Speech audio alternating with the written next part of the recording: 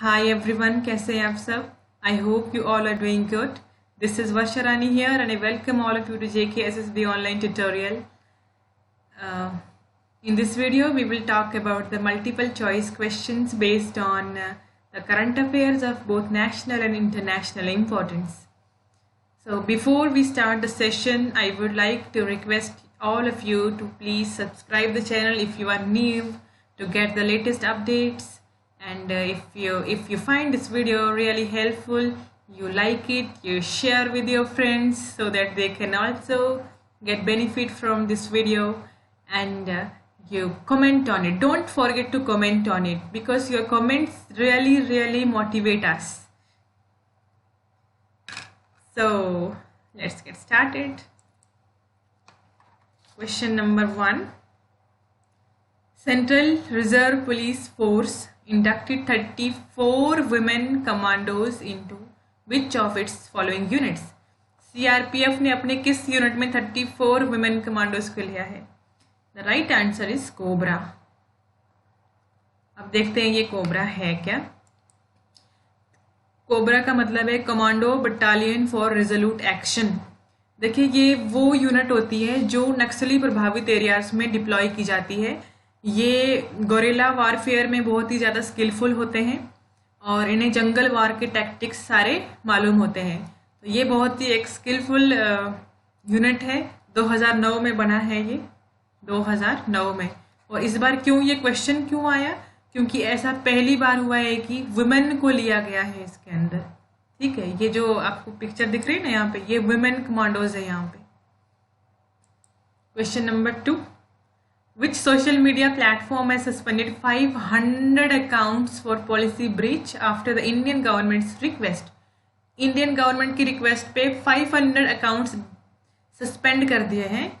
किसने? The right answer is Twitter. अब देखते हैं, बहुत विवादों में रहता है ये.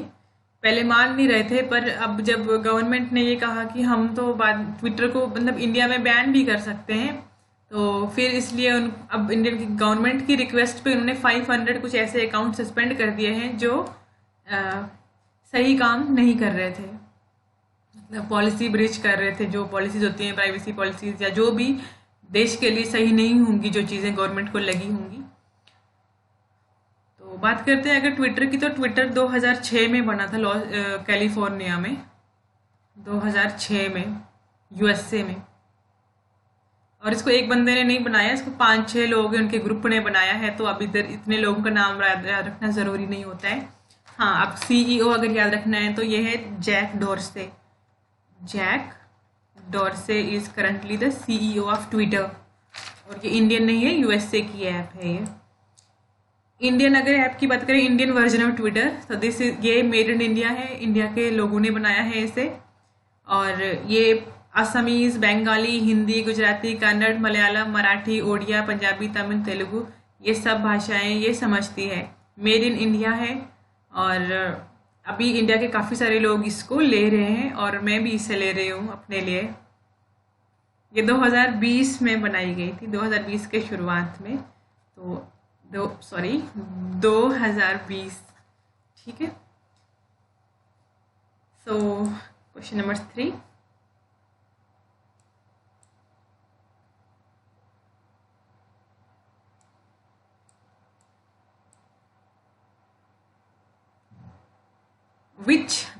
Which state government has resolved to move Center for Implementation of Swaminathan committee recommendations? किस स्टेट ने रिजॉल्व किया है स्वामीनाथन कमेटी रिकमेंडेशंस को इम्प्लीमेंट करने के लिए सेंटर को? The right answer is Odisha.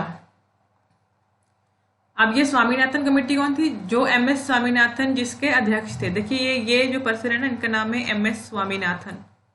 और यही हैं जो ग्रीन रिवोल्यूशन के फादर हैं. इंडियन ग्रीन रिवोल्यूशन के फादर यही हैं, जो 1960s में आया था.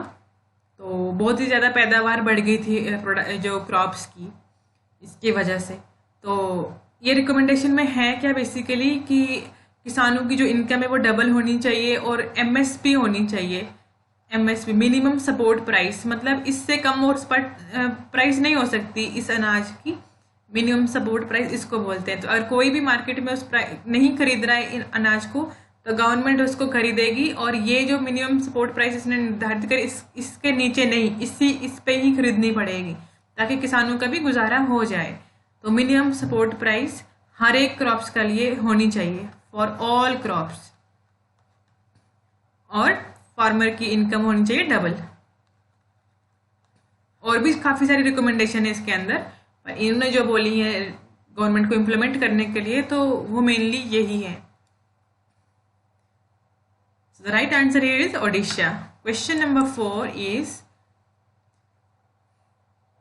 which nation has received $200 million from World Bank for safe water and sanitation services? Safe water and sanitation services के लिए $200 किस देश ने रिसीव किया है? The right answer here is Bangladesh. इसमें से क्या है कि 6 लाख रुपए जो है ना, वो रूरल एरियाज में साफ सुथरे पानी के लिए खर्च, 6 लाख लोगों के लिए कुछ पैसे खर्च किए जाएंगे यहाँ से। रूरल एरियाज में 6 लाख लोगों को फायदा होने वाला है, साफ सुथरा पीने वाला पानी मिलने वाला है। और 3.6 मिलियन लोग ऐसे हैं जिन्हें हाइजीनिक सैनिटरी फैसिलिटीज दी जाएंगी। 3.6 मिलियन लोग कम से कम, तो बहुत अच्छा फायदा होने वाला है यहाँ के लोगों के लिए, अगर ये जो स्कीम अच्छे से इम्प्लीमेंट करता है देश। तो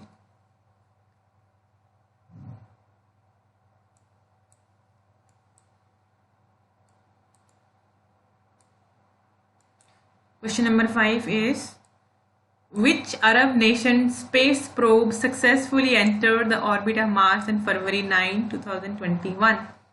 फरवरी 9 को किस अरब नेशन का स्पेस प्रोब सक्सेसफुली मार्स के इस तरह ऑर्बिट में एंटर किया है? अगर ये मार्स से अंदर जो मैं बना रही हूँ, दिस इज मार्स, तो ये इसके ऑर्बिट में, इसके गिर्द जो इसके सर्कल है, जो ऑर्बिट पाथ, उसमें एंटर किया है। तो ये किस देश ने किया है? The right answer here is UAE, United Arab Emirates. इसके बारे में थोड़ा सा देख लेते हैं। देखिए, ये जो स्पेस मिशन है ना, इसका नाम है अल अमल मार्स मिशन। अल अमल इनकी जो भाषा है अरबिक, इसका मीनिंग होता है होप। ठीक है, होप मतलब उम्मीद। तो स्टार्ट कब किया था ना? 16 जुलाई 2014 को ये मिशन पे काम करना इन्होंने शुरू किया। इसको लॉन्च किया 19 जुलाई 2020 को, धरती से इन्होंने इसको लॉन्च कर दिया। और जो टोटल इसका तब मास था वो 1350 kg का था। तो रॉकेट का नाम है H2A। ऑर्बिट इंसर्शन 9 फरवरी, और उस ऑर्बिट के अंदर ये कब पहुंचा था? 9 फरवरी को ही पहुंचा है। जैसे कि जितना प्लान था जिस डेट को, उसी डेट को ये पहुंचा। लॉन्च ये पिछले साल हो गया था, वहां पहुंचते पहुंचते टाइम लगा है, उस ऑर्बिट में पहुंच गया है ये 9 फरवरी को। तो ये है स्पेसक्राफ्ट, इसका नाम है होप। और ये अरब दुनिया का सब वैसे भी बहुत बड़ा होप है, ये इनकी पहला ही है ये। Question number 6, which state government has introduce unique 16-digit unicode to mark all kinds of land holdings? किस स्टेट ने 16 डिजिट का यूनिक नंबर रखा है कि जिससे पता चल जाए लैंड होल्डिंग्स के बारे में, डिफरेंट टाइप्स की, किस तरह की कितनी जमीन है? Right answer here is Uttar Pradesh. Question number 7, which Indian short film is among the top 10 shortlisted films in live action category for 93rd Academy Awards? Live action category में कौन सी शॉर्ट फिल्म जो इंडिया की है और 93rd अकेडमी अवार्ड के लिए nominate हो गई है, टॉप 10 में शॉर्ट लिस्ट करी गई है? And the right answer here is Bittu. अब ये एकेडमी अवार्ड्स क्या होते हैं? आपने ऑस्कर का नाम सुना है ना? ऑस्कर, तो ऑस्कर जो है ना, ऑस्कर अवार्ड्स,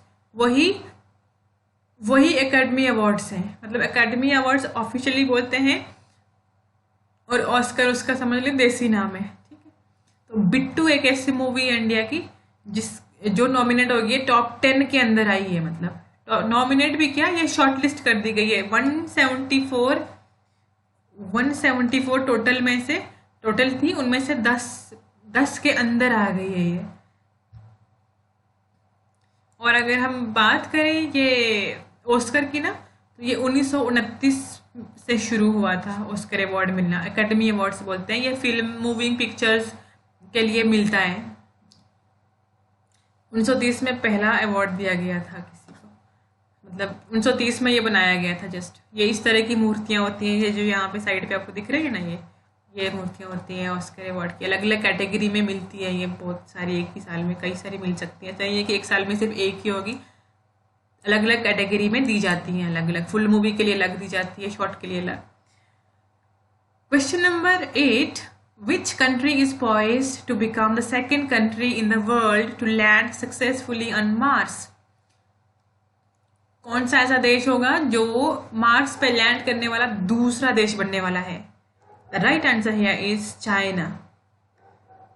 अगर ये दूसरा बनने वाला तो पहला कौन है? तो पहला है यूएसए। 8 बार मार्स के ऊपर लैंड कर चुके हैं, वहां उस मार्स की धरती पे इनका सैटेलाइट पहुंच चुका है। अभी जो पहले वाला क्वेश्चन था ना, यूएई वाला, अल अमल, वो मार्स के गिर्द घूमता है सर्कुलर ऑर्बिट में, ठीक है, वो उसके गिर्द घूमेगा। अगर ये मार्स है तो वो उसके गिर्द घूमेगा। पर ये जो है ना, ये इस मार्स के ऊपर बैठेगा जाके इसकी धरती पे, तो इसकी सरफेस पे। तो the right answer here is China. अगर ये ऐसा सक्सेसफुली कर लेता है तो ये सेकंड कंट्री बन जाएगी दुनिया की जो मार्स पे लैंड करी है। आई होप ये वीडियो आपके लिए काफ़ी हेल्पफुल रहा होगा। अगर हाँ तो प्लीज़ कमेंट कर लीजिए और लाइक कर लीजिए जाने से पहले, और अगर आप नए हैं तो सब्सक्राइब करके जाइए ताकि आपको आने वाले हर एक अपडेट मिल सके। सो मिलते हैं नेक्स्ट वीडियो में, तब तक के लिए थैंक यू वेरी मच।